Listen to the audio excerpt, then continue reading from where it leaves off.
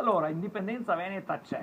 Indipendenza Veneta è il movimento del sorriso perché chi vuole cambiare deve vedere un orizzonte sereno.